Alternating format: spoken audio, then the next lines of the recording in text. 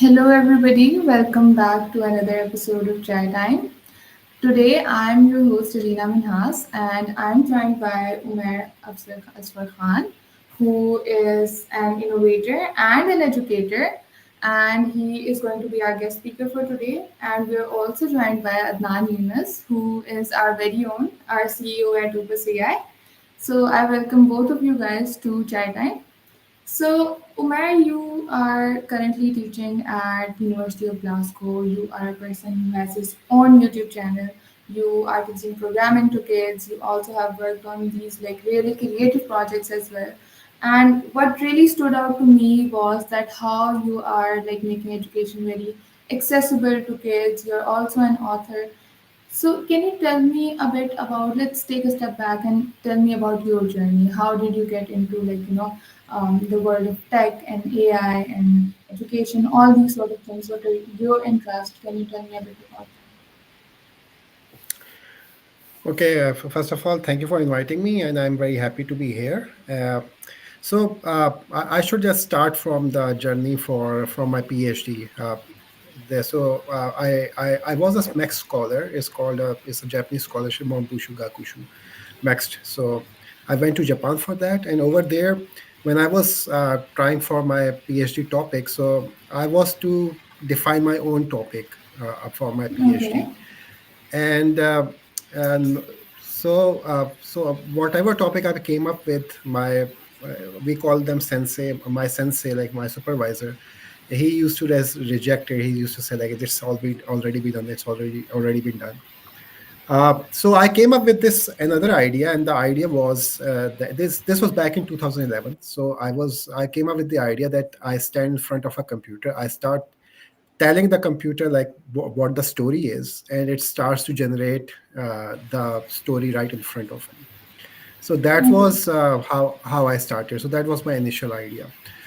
uh, and I partially I completed it. The basic prototype, it was working. The problem was that at that time we did not have good natural language processing models, uh, and and whenever I used to speak, it didn't pick up my sentences, only keywords. So for keywords, it was working. So the basic idea was that if I tell a story, I say that there's a gold dragon, so it will generate a gold dragon. But then I will say, okay, the dragon has turned into a wooden dragon, so it will change into a wooden dragon. So when it came to the prototype stage, so it was working, but it didn't used to pick up my the sentences that I was saying. And so I Okay. had to change direction, and then the direction became towards defining my own story. And and for that, I jumped into the field of planning graphs. Now planning graphs is you can think of it this way, that if there is a probe uh, sent by NASA, it's closer to Mars, and something goes wrong. So now, in order to correct that mistake, it has to send the signal back, which is about 3 minutes of delay. You have to correct the mistake and send the message back. So that's if you say that if it's instantaneously, then it will take 6 minutes, and by that time, in astronomical measure, the probe will be far away. So so there is a system in which the probe solves the problem by itself. And how it does that is that it defines all the possible things that can go wrong. And once that thing happens, so it just follows the planning graph and reaches to the corrective action that it should take. So it develops a plan, and it corrects that mistake by itself. So then it does not need to communicate uh, uh, with the people at NASA.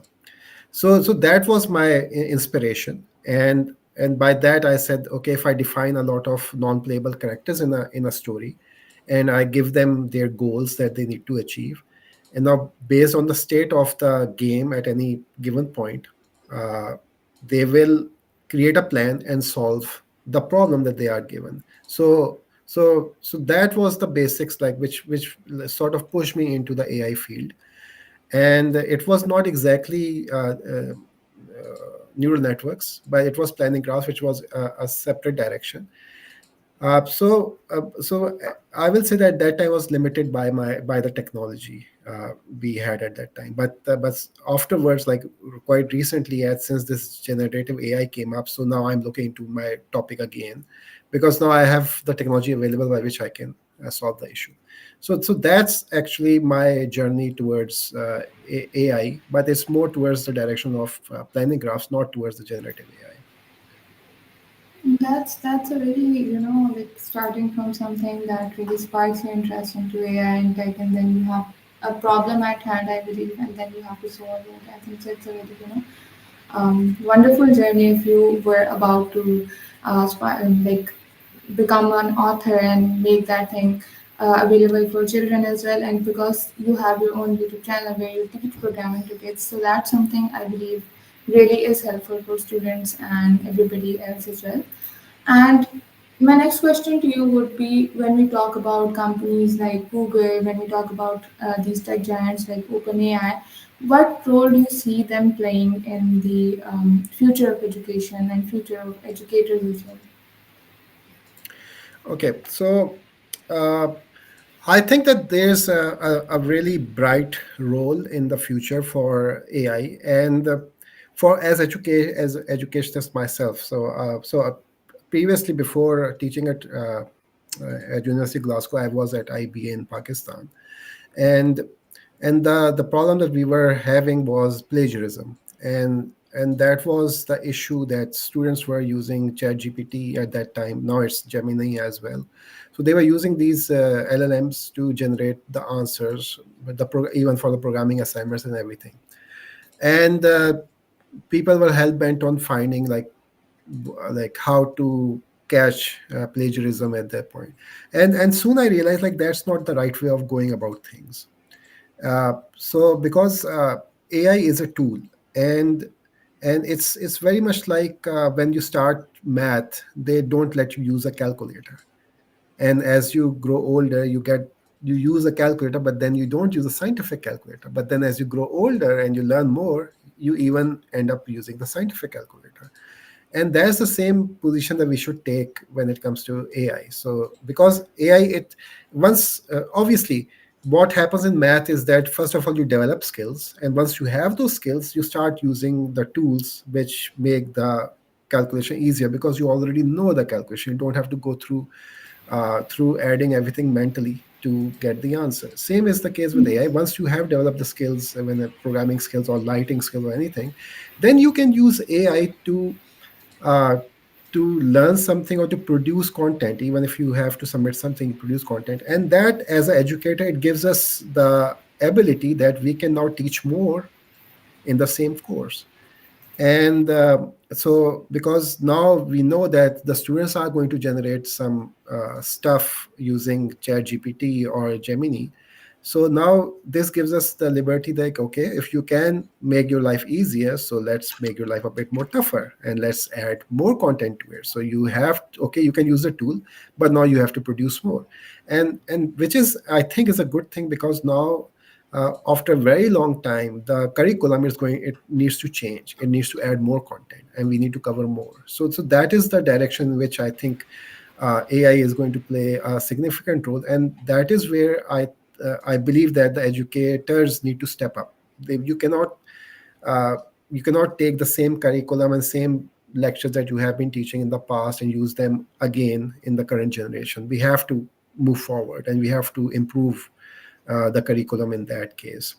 At the same time, with things like Hanmigo, which is sort of like gives you a tutor to help you learn. So that is also a very good thing that is coming up, because now you have a personalized assistant that is guiding you step by step. But I will say that even for Hanmigo, there should be some supervision by parents, and the parents should teach the children that how they should use Hanmigo. And again, developing the basic skills is very important. You cannot trust these learning AI, or these you can say AI tutors onto the students before they develop the skills to learn something. So that is very important, and this is a very new field, and we have to come up with new ways by which we can actually ensure that there is good learning by using an AI tool. Yeah, I also believe that, if you're giving AI tools to students, if you're making it available and accessible, I think so there's some sort of like guidance that should be provided to students so that they know how to use it. That's very important.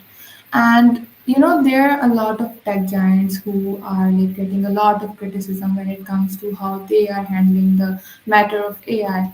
So, from your perspective, where do you think they're getting it right, or where do you think they need to improve it? Um, I believe that mostly they're doing things right, and because we can already see that there has been such a huge usage of AI in almost everything, and and and and especially in open AI, many things are open, so you can actually come up with your own tools, you can make your own stuff, as that is a good thing. The other thing is that which in my thing is problematic is that uh, the content on which the AI is being trained, it has a sort of a bias, because if you look at the huge amount of data that it is getting from the places which are, you can say, in the Western Hemisphere, and the amount of data that is generated in the Eastern Hemisphere is not that, you can say, prevalent.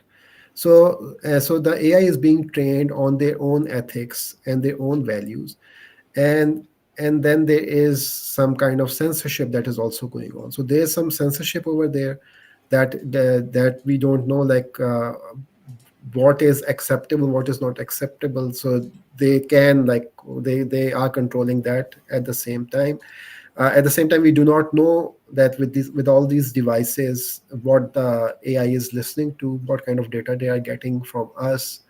Uh, and the prevalence of deep fakes.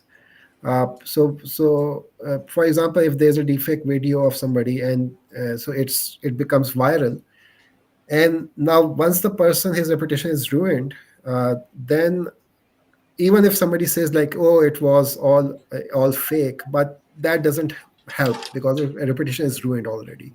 So that is something that is very, very concerning when it comes to AI and what the tech giants are doing. So I think it's such a new field that people don't exactly know how to control it and how it can be used in a negative manner. Again, it's sort of like a double-edged sword. Like, you can take a knife. So knife can be used to cut, like, it can be used to cut. um, you can cut your finger by mistake, or you can cut vegetables. So it serves the both, it serves the both purposes. So it's all about like how you are going to use AI. So that is the problems that I can look into. Like, I think that we are having. And then I think the last bit I will say that, uh, as as we are giving more and more control to AI, so if something wrong happens, who is to be blamed?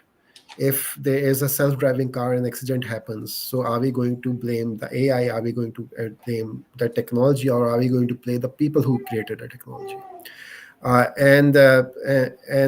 And what kind of control are we going to have? So if you give, suppose if there are drones flying, and the drones, they are attacking in, you can say, enemy combatants. So how will the drone know that they are civilians or they are enemy combatants? So how will it really identify that? uh, so there are Yeah. a lot of things that which are problematic, and I think that if they give the data to the defense, then if somebody is you can say there's a collateral damage, then that company is responsible for that collateral damage because they provided data to the government in the first place. So then who is responsible? So we don't really know. Yeah. Adnan, would you like to give your insights on that? Because as a person who is actually from the AI and tech field as well, and who has like experience in that regard, and who also has like a lot of talk about these discussions a lot, can you tell about these things as well? Um, So, pretty exciting time we're living in. First of all, like these kind of conversation. Um, we used to think that in the future somewhere, and nobody knew when it's gonna happen. So these conversations are a lot more prevalent now than they used to be. But also, Umar raised some great point when it comes to education. How things are playing out, how things are transforming, and how unprepared we were with this. Right, we had no preparation, including the institution like the large institution like Stanford, MIT, where people were actually working on these things on a very large scale themselves. When it comes down to applying it, can't say that we were actually prepared, and that emphasizes the social aspect of these technologies. We can build a lot of things, we can develop a lot of things, but at the end, when it comes down to um, how they're going to change our own lives, the experience of it happening is very different from the what we planned. Especially like I think that's a very interesting thing that happened, and it happened so quickly that at this point it seems like that was decade ago. The thing that Umar was discussing, that students instantly switch to um, now at this point, like it kind of sounds unfair because as if you're a student and if you get a tool to save your time, you're going to go and use it, right? And that's what student did. They just picked up whatever was available and they started using it to generate answers, right? Rather than actually learning. And now it almost has become normal, so you can't actually expect them to not use these tools. So we have to transform education, we have to change it, we have to understand what is it. So I would think that we have to go back to the drawing board and say, okay, what is it that the students actually have to learn that is useful um, for them to be productive, right? Getting a job may not be the same thing in the future. And it's turning out that's very different already, but it may turn out to be a lot more different even within 2 to 3 years. It may completely transform. So that these are things that we need to talk about, understand, and try different frameworks to see um, what can give us the benefit of the technology, and without having to introduce a whole bunch of artificial regulation to throttle the innovation that is happening, right? So that's super important. um, Yes. and I think when it comes down to actually um, so this is the right now I think in the mainstream that we're seeing, especially the influx of these chatbots, these semi useful AI um, tools, is just the first wave, right? What is in development, what is oncoming, is going to be a lot more um, transformational, but also very disruptive to the entire field of jobs that we, as we currently know it, right? Imagine where um, rather than contacting a builder to build a house, you can just describe a house and the robots go and build it. That is kind of like that is hard to imagine um, happening, but once it does happen, then and don't underestimate it, because building industry is one of the largest and the most um, it's an industry that provides the most jobs, right? And once you um, picking it apart, the the entire society is going to start almost unraveling. So these are things that we need to discuss way before, because right now the disruption is happening is in people um, who are more engaged with computers, right? Not Yeah. people who are so if you're not sitting in front of a computer, if you're doing some physical job, it doesn't affect you that much, right? Yeah, you hear about it and you're like, okay, cool, but sure, big deal, right? But once it starts affecting people who are doing physical labor or something that is not directly related to computer, that is going to be a lot more disruptive. So um, I think that more conversation needs to happen, and more frameworks need to we have to work on, which um, prepare us for what is oncoming. Right, this Yeah. onslaught of AI is not going to stop, because that's once you open the Pandora box, it's not going away. Now the only question is, how do we? What does the human civilization look like?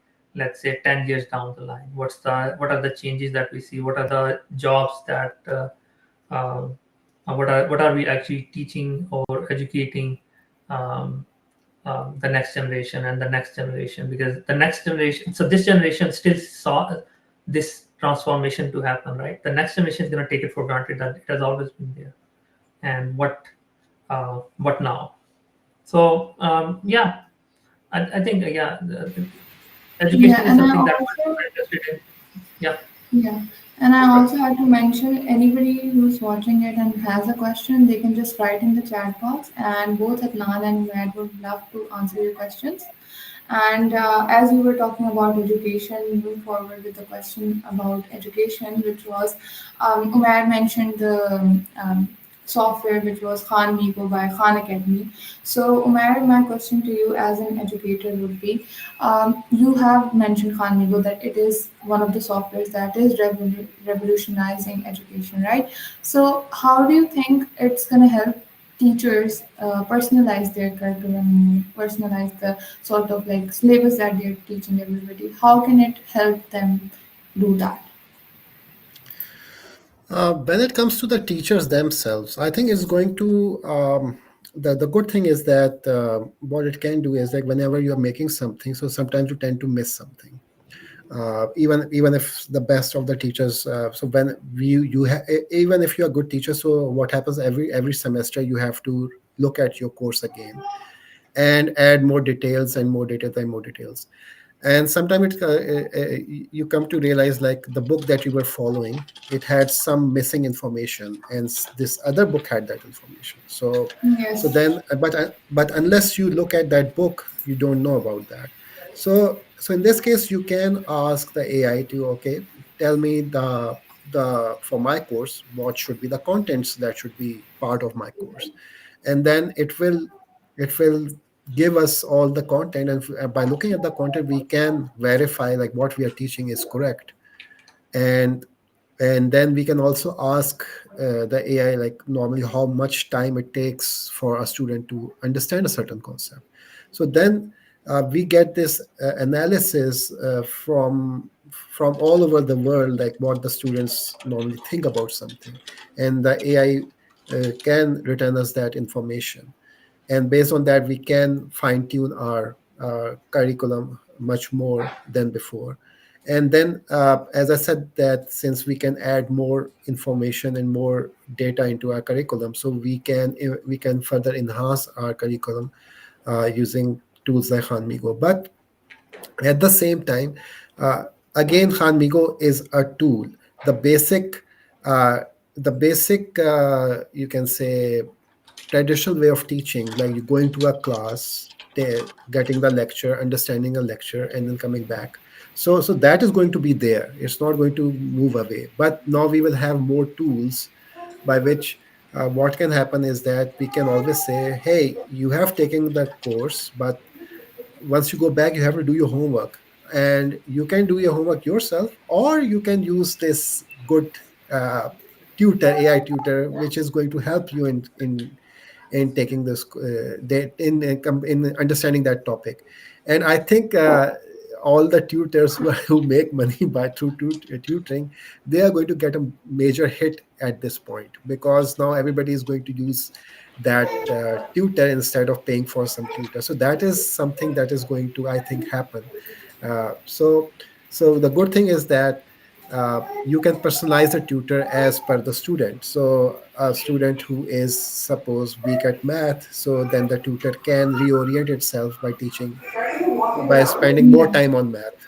Yeah. And so My the personalization Yeah, is more my there. question to you from stemming from this question is that how do you think AI is really making teachers adapt to that environment as well? How is it making the classroom and everything like adaptive towards that? Because is it turning the teachers to become very, the competition is very high? Is it more disruptive of an environment, or is it becoming something that they can adapt to, or they need to stay relevant in this field at all times? Yeah, teachers need to stay relevant in the field, definitely.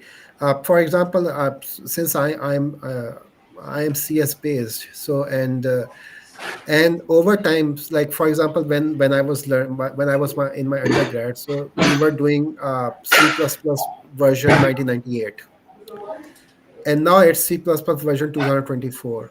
And over time the C++ has improved quite dramatically, and then there's a new language that has come up which is called Rust. And and now we have to learn Rust as well, so you cannot just rely on like the things that you learned at one point, but you have to continuously upgrade yourself. And uh, and the same goes with the AI, because the teachers have to understand how the AI works, what kind of prompts that we should use, what kind of tools, AI tools that we can define. So I think quite soon teachers are going to get the tools in which by which uh, they can create their own tools which can enhance their own curriculum. So Yes. that is going to come up. So anyone who jumps on the AI bandwagon right now, they will become relevant, and everybody who doesn't, they are not going to stay relevant because they are going to be obsolete. And especially here in UK, the students, they just shoot you down if you are not relevant. So the teachers have to step up. Yeah, and I think so that AI, the outcomes that it has when it comes to teaching and the students, how they are engaging with it.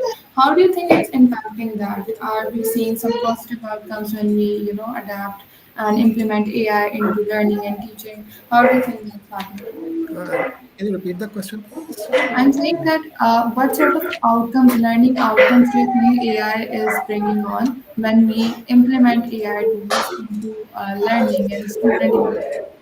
Yeah, so what basically AI is doing, it's speeding up everything that you are doing. For example, when you are creating a project, when you are starting work on the project, so the first thing you do is you get the requirements, and then you get the use cases, and then you create a requirements document. So the requirements document takes a lot of time to create, and that is the reason why the Agile Manifesto came up with, and people jump towards the Agile uh, methodology for developing software. And the drawback of Agile is that there is hardly any documentation. So now with AI, we can just ask the AI that, okay, these are the requirements, these are the user stories that we generated. Just make a requirements document out of it, and the AI will do it for us. So what it is going to do is AI is going to uh, do this mundane task. It's going to do the mundane task for us, and then we can put our effort into the more relevant tasks. But at the same time, the mundane tasks have their own importance. So we will have these mundane tasks be done by the AI, and we can then focus on the other tasks. So it's just like delegating like something. So yes, you can drive a car to anywhere, but if you have a driver, so it just makes things easier. So that is the kind of role AI is going to play. Yeah, that's totally like makes sense as well, and it also is something that as a person who could be an educator, as a person who is a learner as well, if they use AI, to them it's a very promising sort of thing. Adnan, what are your insights on that? What do you think? Is AI making learning more adaptable, more engaging? Is it really helping educators and the learners as well?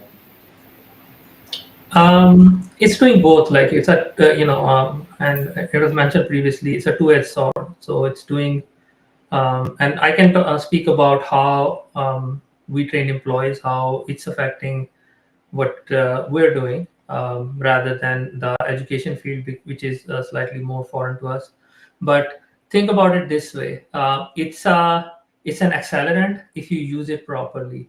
If you think you can delegate the entire learning process to a chatbot, that we're very far from. And also, uh, however, if you use it as an accelerant, right, with proper guidance, it does definitely is changing the game. How a lot of repetitive tasks that needs to be done are being done. A lot of things that people often would feel like chores are now being delegated, which means that you get a lot more time to focus on what you need to focus on, right? Creating more personalized, more engaging content um, by using these tools. So that trend is, great. I think that will continue, and I'm very excited for it. Yeah, it's a Yeah, very allow exciting opportunity. Yeah, yeah. yeah, allow me to add something more. Like Yes. like for my channel, like the channel Kamal program that I'm working. So recently, I just started using AI to generate all these small videos for everything, and previously I tried to do that the same thing by creating the same content, and everybody said that if it's animated, it's fun. And the problem with me was like, okay, from where to get all those videos. And now I can just use, there's this very fancy tool called Kling AI.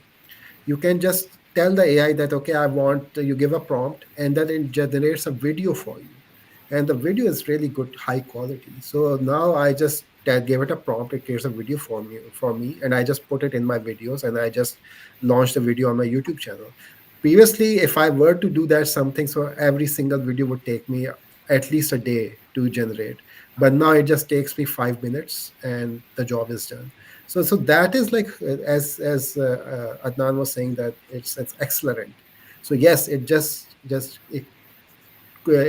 speeds things up so fast, but you must know how to use it. And that is the critical point over here, that currently it's such a new technology, but people don't exactly know how to use it. So, and slowly and surely they will get to know, and they will generate amazing content very, very soon. Yeah, I think so. As an educator, that's a really good thing because it's helpful to you as well and your audience as well. And as learners throughout the world, they are also saying that AI, tech, all of these things, when they are rightly integrated into education and learning, they do help them. So, any sort of like insights, key takeaways that Umair you would like to share from the whole uh, discussion that we had today? Yes, I will just say that with my experiences, for example, I make my own games as well. So now whenever you are making your own game, so there are a lot of mundane things that you have to do, defining the classes, defining the objects, and so what I do now is I just ask AI, okay, uh, give me code for something, and it just generates me the code, and I just copy the code, paste it into my game, test it out, fix a few things, and then it starts to work. So it's not that I cannot make that code, but I have made that code so many times in the past that now I don't need to do it because I already know how the code will be made. So then it just speeds up the process, and I can jump forward and just work on the other part, or some extra, some novel part, which is going to take a lot more time, because now a lot of mundane task has been taken care of. And the same thing will happen with education side as well. The students, that is what they are going to do. They are going to jump forward, and now, normally when we give an assignment, so we say, okay, the assignment can be done in about a week. And when you give a week time, or maybe 2 weeks time, so that doesn't really mean that the assignment takes 2 weeks time. What it actually means is that within that week, you must take out some time and do the assignment. So now with AI, since we already know that the students are going to use AI to generate something, so if previously it was taking them 2 hours to do the assignment, now it's going to take them 10 minutes. So how to fix that? So how we can fix that is that, okay, increase the intensity to assignment, make it larger, make them, if they are going to use AI, okay, make it tougher for them to use AI. and in doing so they are going to eventually learn more. So so so that is where we should be going. Like for example, uh, if you take a 3-year-old, so the 3-year-old can just use a tablet very easily. We see it all around us. But when we were 3 years old, so most of us, they used to eat dirt at that time. So that's what we used to do. And you can see that there's a huge jump in the mental caliber of the children. And the children are getting smarter and smarter with age passing day. And we are getting all these tools which are making this learning in an accelerated pace. But then again, if you give a tablet to a 3-year-old, you can see the mood swings that are happening over there in children. They are very cranky, they are very angry, and then you have to control that. And that is what we need to do with AI as well. Okay, we have the tool, but we need to have those controls, which we don't know which controls they are. So we have to spend a lot of time in focusing on those controls. Okay, we have this tool, how we are going to control that. And if you have read this the books by Isaac Asimov, in which he defines the laws of robotics. So he defines three laws by which a robot is put under certain control, and that is the sort of thing, that of sort of control that we require for this current generation of AI. And with each passing day, it is going to get more and more complicated. So in the past, there have been like in my opinion, there have been three major pushes that have come in terms of technology. The first one was when the internet came and there was CD-ROM. So that was like huge change that came up. The second jump in technology came up when iPhone was released and everybody moved to a touch screen phone, and we had so many apps which just changed the whole way we used to manage our lives together.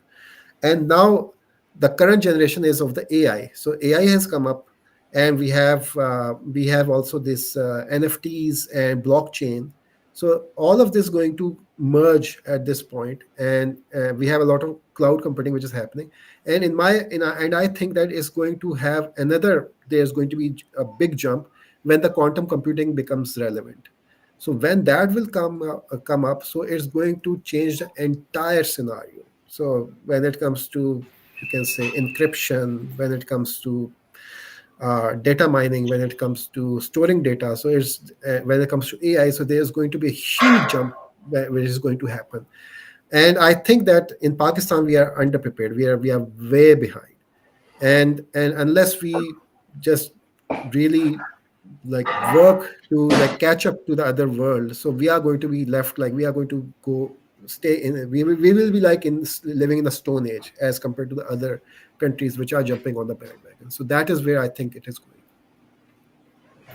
Yeah, and Adnan, what are your opinions on that so that we can wrap this episode up? Before that, I need to know your opinion as well so that you can give us the sort of like ending note, I can.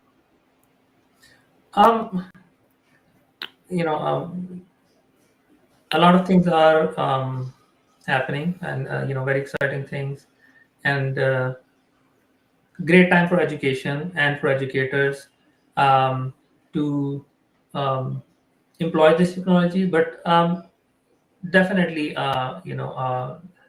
we see a lot of paradigm changes, right? And like Umar mentioned, there were multiple paradigm changes that we have seen. At least, people like me who are slightly older, from not having any computers to having computers suddenly, and parents laughing at children who would they would think computers are not a real thing, it's just a toy, to everybody using computer, to everybody being on the internet, to everybody playing game, to everybody now jumping on the AI bandwagon, everybody having a computer in their pocket, in different shape and form. So these paradigm changes, I think one thing that we're noticing is they're happening faster than they used to. Like, previously it was like it takes 20 years to 30 years. Now it's every 5 to 6 year, we see something pop up, right? Whether it's autonomous, whether it's humanoid robots, or whether it comes down to um, every year you see a completely different change within the even the a single field such as AI, right? What you can do now, you can do a lot better with a lot more.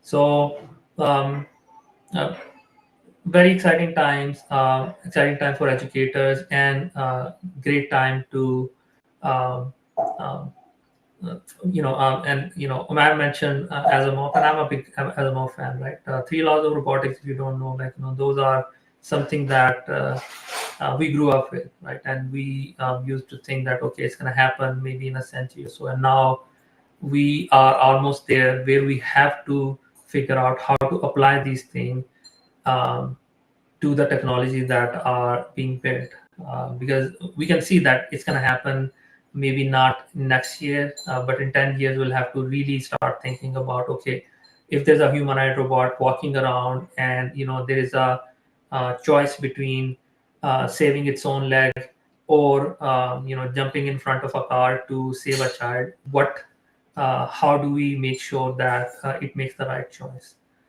So these things are something that are kind of scary, but at the same time very exciting, and um, just happy to be living Yeah. in this time and seeing this happen, and also being definitely participating in that paradigm change ourselves. Yeah. And as our episode today comes to an end, I would like to thank Umair for giving his insight and being very helpful with explaining everything to everybody about education, about AI. It was really helpful for everybody, and thank you so much for being on Chai Time. It was a pleasure to have you on Chai Time, and thank you so much Adnan as well, because every single time we have to ask Adnan about these questions and get his insights on it as well. And thank you so much, both of you guys. I'm sure that you guys had some fun time bringing back old memories as well and talking about some things that you guys can relate to. Maybe AI geeks and everybody who is interested in tech, they can relate to as well. And our episode today comes to an end. Make sure everybody who is tuning in, please check out the Opus website. Our pre-sale is live, and we will be doing more series on AI and education. So stay tuned, and thank you so much, everybody. Have an amazing day. Bye bye.